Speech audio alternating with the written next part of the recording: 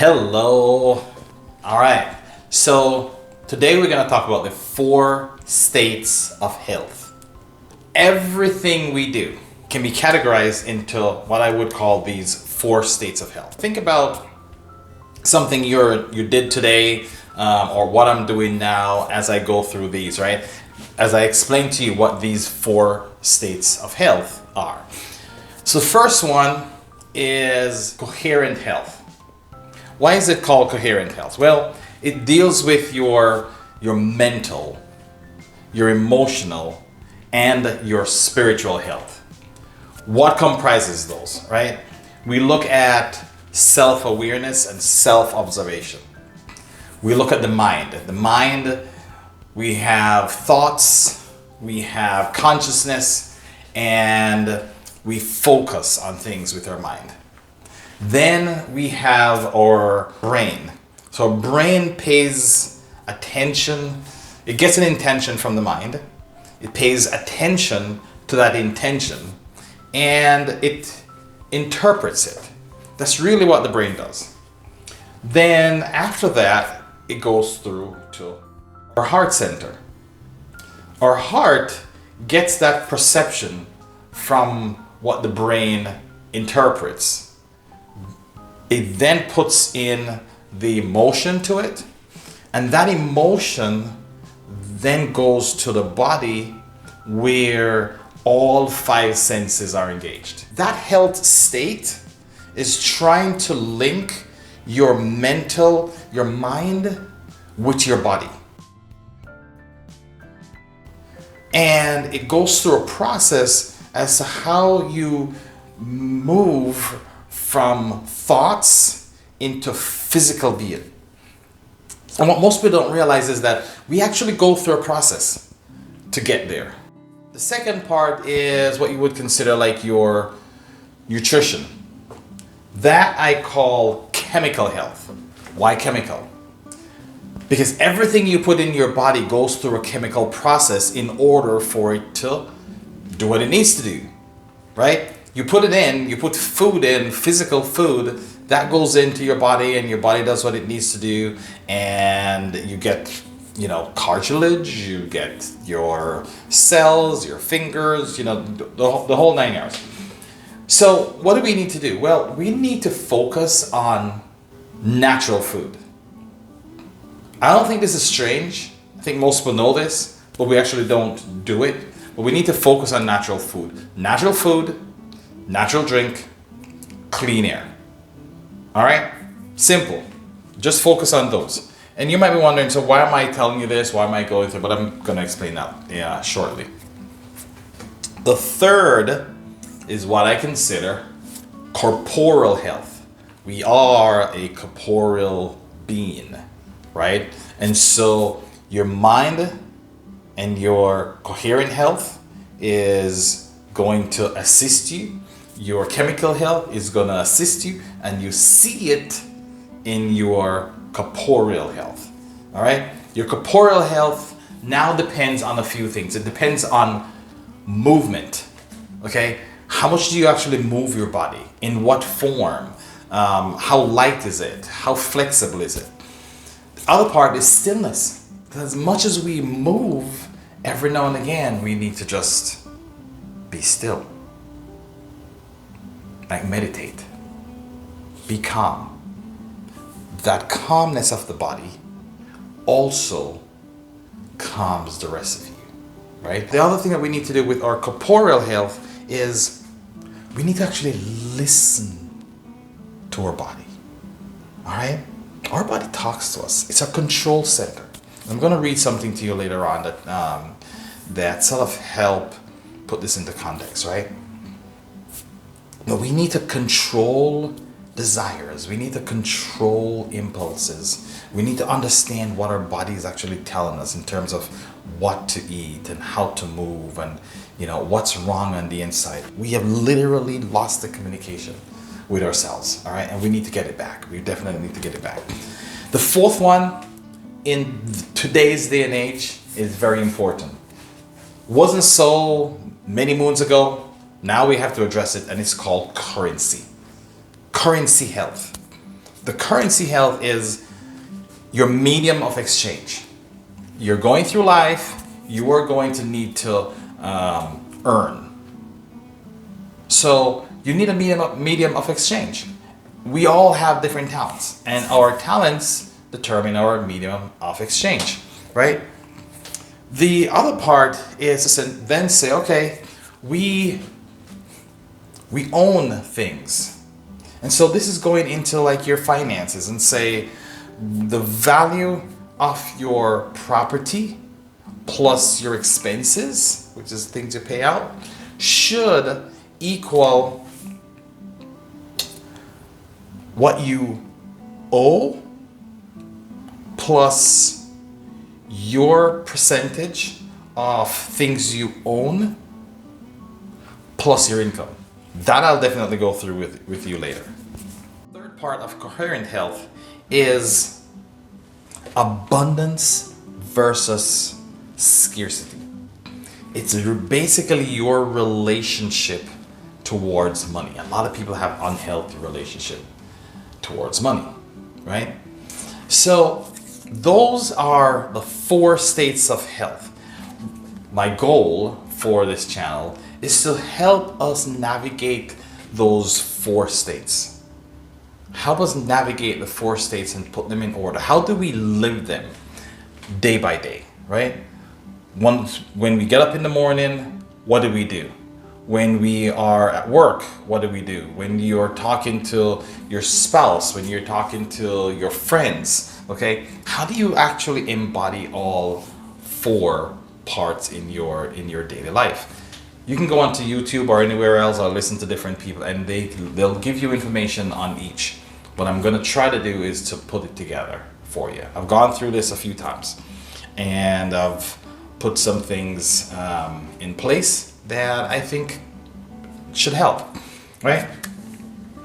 So I give you a brief history, and so what I'm going to do is let me actually read something for you. We have 3 brains. Yes, 3 brains. And a receiver, right? Science is actually becoming more aware of the importance and the power of these 3 distinct control center, aka brains. The main control center used by us today came online about 250,000 years ago, basically when we weren't monkeys anymore.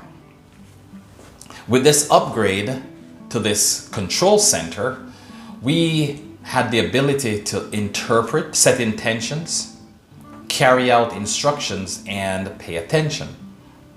The machine got better. Today we call that machine our brain. So prior to our upgrade, our dominant control center was more reactive, impulsive, and easily manipulated by our environment. If we were tired, we would rest. Hungry, we would eat. Cold, we would shiver or sought shelter. We had little capacity to plan, prepare, and so on, and to develop. This control center was a necessary part of our evolution. It handled the harsh climate and performed its task relatively well. Today, we call this our physical body. So that's the second control center that I just told you about. Now, lying dormant, waiting patiently for mankind to evolve, was our third control center. Every now and then it would make an appearance. However, it would get turned off, covered up, or get misunderstood. Within the last decade or so, science is finally realizing that this control center has a better capacity to put mankind on the path to ascension, realization, and oneness. Others have known for centuries that it is the key to getting us in touch with who we are and the reason we are here. That is our purpose. We all feel its enormous power and have been fascinated with it ever since we started understanding relationships. Today we call this our heart. This is where decisions are made after we get the interpretation from our brain. Did you know we receive information through our mind, interpret with our brain, and make decisions in our heart, then experience it in life through our bodies? Here is a question. How do you want to live? Are you going to suffer through life? Are you going to lie to yourself and tell you that things are fine? Are you just living and existing moment by moment, day by day? Does it have to take a disaster for you to really change? Does health have to become important for you to take health important? When are we going to realize that mainstream has it wrong? What we are doing isn't right. Look around. You'll see that most people are not in balance. We're not healthy. We have more depression. We have more sickness than ever before, whether it's type 2 diabetes or whatever. We are supposed to be ahead when it comes to medication, but we're more sick. We have more things like Alzheimer's and other neurodegrading disease because we don't move our bodies. And we're thinking that we're supposed to do something else, but move your body, we won't get those. We all suffer from greed and gluttony and aren't able to budget our expenses or understand the value of life and where things are, right? And so mankind has actually become more lost than ever before, including myself. And so the reason that I said let me start this is because I have been going on this journey and realize that with the change in my lifestyle, things are getting better.